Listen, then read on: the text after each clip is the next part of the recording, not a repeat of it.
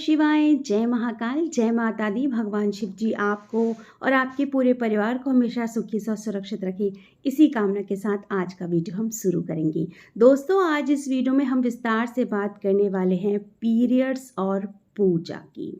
बहुत सारे लोगों के मन में सवाल होता है कि महिलाएं जब अशुद्धिकरण की अवस्था में होती हैं, यानी राजस्वला अवस्था में होती हैं, क्योंकि हिंदू शास्त्र में जब महिलाएं राजस्वला अवस्था में होती हैं, पीरियड्स की अवस्था में होती, तब वे अशुद्धिकरण की अवस्था में होती हैं।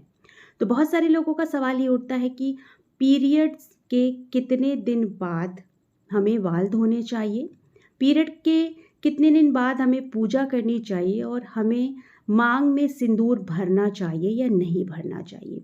आज इसी टॉपिक में विस्तार से बात करने वाले हैं, तो वीडियो को पूरा ध्यान से अंत तक सुनिएगा। वीडियो पसंद आए तो वीडियो को लाइक कर दीजिएगा और अपने ही चैनल को जरूर से सब्सक्राइब कर दीजिएगा दोस्तों। तो देखिए दोस्तों, मासिक धर्म यानी पीरियड्स एक प्राकृतिक देन है, एक नेचुरल वे है। हर महिला को इस दौर से गुजरना पड़ता है। मासिक चक्र हर महीने आता है और हर महिला इस दौर से गुजरती है। वंश को आगे बढ़ाने के लिए पीरियड्स बहुत ही ज़्यादा महत्वपूर्ण भूमिका निभाते हैं। हिंदू शास्त्र में जब महिला राजस्वलावस्था में होती है यानी पीरियड्स में होती है, तो उसे 3 दिन का परहेज करना होता है। यानी 3 दिन बहुत ही विशेष महत्व रखते हैं। वे 3 दिन कोई भी पूजा पाठ का कार्य या पूजा पाठ से जुड़ा हुआ कार्य नहीं करती है, क्योंकि वो अभी अशुद्धिकरण की अवस्था में है। हिंदू शास्त्र में पीरियड्स का बहुत ही ज़्यादा महत्व बताया गया है, क्योंकि कहा जाता है कि इस अवस्था में स्त्रियों को पूजा पाठ और पूजा पाठ से जुड़े हुए कोई भी कार्य नहीं करने चाहिए।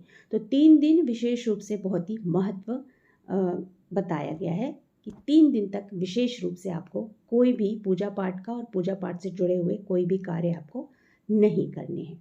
अब यहाँ पर 3 दिन का महत्व बताया गया है, लेकिन कई लोगों का जो पीरियड्स होता है वो लंबा चलता है।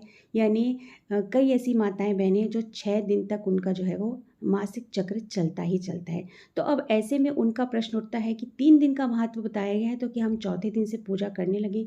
जी बिल्कुल नहीं। आपको ना देवी की पूजा करनी है ना देव की पूजा करनी है। कई लोगों का कहना होता है कि 3 दिन के बाद देवी की पूजा कर ली जाती है। कैसे कर ली जाती है? बिल्कुल भी नहीं करी जाती। देखिए, पूजा मतलब पूजा होती है, चाहे फिर वो देवी की पूजा हो या देव की पूजा हो। जब तक आप अशुद्धिकरण की अवस्था से पूर्णतः शुद्धिकरण की अवस्था में नहीं चली जाती हैं, आपको पूजा नहीं करनी है, चाहे फिर वो देवी जी की ही पूजा अर्चना क्यों ना हो। कई लोगों के पीरियड्स 6 दिन तक चलते हैं, कई लोगों के पीरियड्स 5 दिन तक चलते हैं। तो आपको वेट करना है, इंतज़ार करना है। जब तक आप पूर्णतः शुद्धिकरण की अवस्था में नहीं आ जाती हैं, तब तक आपको पूजा पाठ और पूजा पाठ से जुड़े हुए कोई भी कार्य नहीं करना है। चाहे आप 5 दिन में बिल्कुल शुद्ध हो रहे हो या 6वें दिन आप शुद्ध हो रहे हैं, तो आप 7वें दिन से अच्छी तरह से पूजा पाठ कर सकते हैं। तो यहाँ पर एक बात का स्पष्टीकरण आपको अच्छे से बता दूँ कि बिल्कुल ऐसा नहीं है कि देवी की पूजा चौथे दिन से आप कर सकते हैं, देवी की पूजा आप 7वें दिन से कर सकते हैं। बिल्कुल नहीं। जब तक आप पूरी तरह से फ्रेश नहीं हो जाते, जब तक आपका मासिक चक्र पूरी तरह से समाप्त नहीं हो जाता है, तब तक आपको पूजा नहीं करनी है। आपका 6वां दिन हो या 5वां दिन हो, आपको इंतज़ार करना है कि आपका पीरियड पूरी तरह से पूर्णतः समाप्त हो जाए, उसके बाद ही आपको पूजा पाठ करनी है। वैसे अधिकतर 6 दिन तक जो है वो माताएं बहनें जो महिला हैं वो पूरी तरह से शुद्ध हो जाती हैं, तो वो 7वें दिन तक अच्छे से बाल वगैरह धोकर स्नान करके जो है वो पूजा पाठ कर सकती हैं। अब बात कर लेते हैं दोस्तों कि पीरियड्स के बाल हमें कितने दिन के बाद धोने चाहिए। देखिए, सबसे पहले बाल जो पीरियड्स के धुले जाते हैं वो तीसरे दिन धुले जाते हैं। मान लीजिए, आपको उदाहरण के तौर पर बता रही हूँ, जैसे आपका पीरियड्स 10 तारीख को आया है, तो आप 10 तारीख, 11 तारीख और 12 तारीख, यानी 10, 11, 12, तो आप 12 तारीख को आपके पूरे तीसरे दिन हो रहे हैं, तो आप तीसरे दिन के बाल अवश्य धोएं। तीसरे दिन के बाल धोने बहुत ही ज़्यादा महत्वपूर्ण माने गए हैं। फिर आप 5वें दिन बाल धोएं। फिर जब आपका पीरियड का 6वां दिन आ जाए, तो 6ठे दिन भी आप बाल अवश्य धोएं।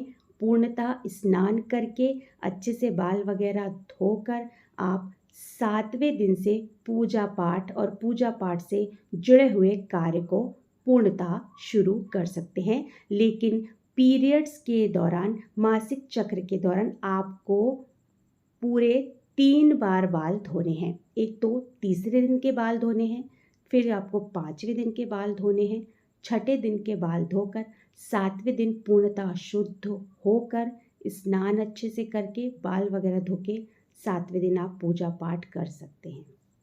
अब बात कर लेते हैं दोस्तों कि क्या पीरियड्स के दौरान हमें अपनी मांग में सिंदूर लगाना चाहिए या नहीं लगाना चाहिए। देखिए, हर शादीशुदा स्त्री, हर शादीशुदा महिलाओं को मांग अवश्य भरनी चाहिए। सूनी मांग अच्छी नहीं लगती है।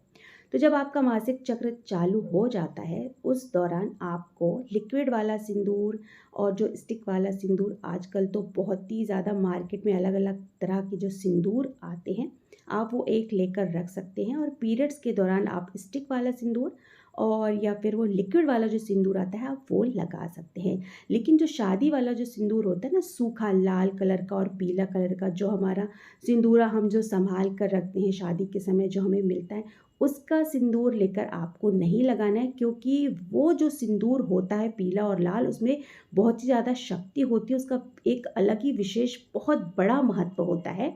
तो पीरियड्स के दौरान आपको ये सूखा वाला सिंदूर नहीं लगाना है, बाकी आप लिक्विड वाला सिंदूर जो है वो लगा सकती हैं।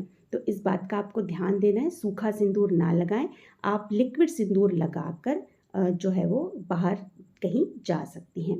तो आशा करती हूँ दोस्तों, पीरियड से जुड़े हुए हर सवालों के जवाब आपको मिल गए होंगे कि कितने दिन बाद आपको पूजा करनी है, कितने दिन के बाद आपको बाल धोना है पीरियड्स के, और पीरियड्स के दौरान आपको सिंदूर कौन सा लगाना है। तो अगर वीडियो आपको थोड़ा सा भी पसंद आया हो तो वीडियो को लाइक कर दीजिएगा और अपने चैनल को ज़रूर से सब्सक्राइब कर दीजिएगा दोस्तों। बहुत जल्द मिलते हैं एक नए वीडियो के साथ। तब तक के लिए ओम नमः शिवाय, जय महाकाल, जय माता दी।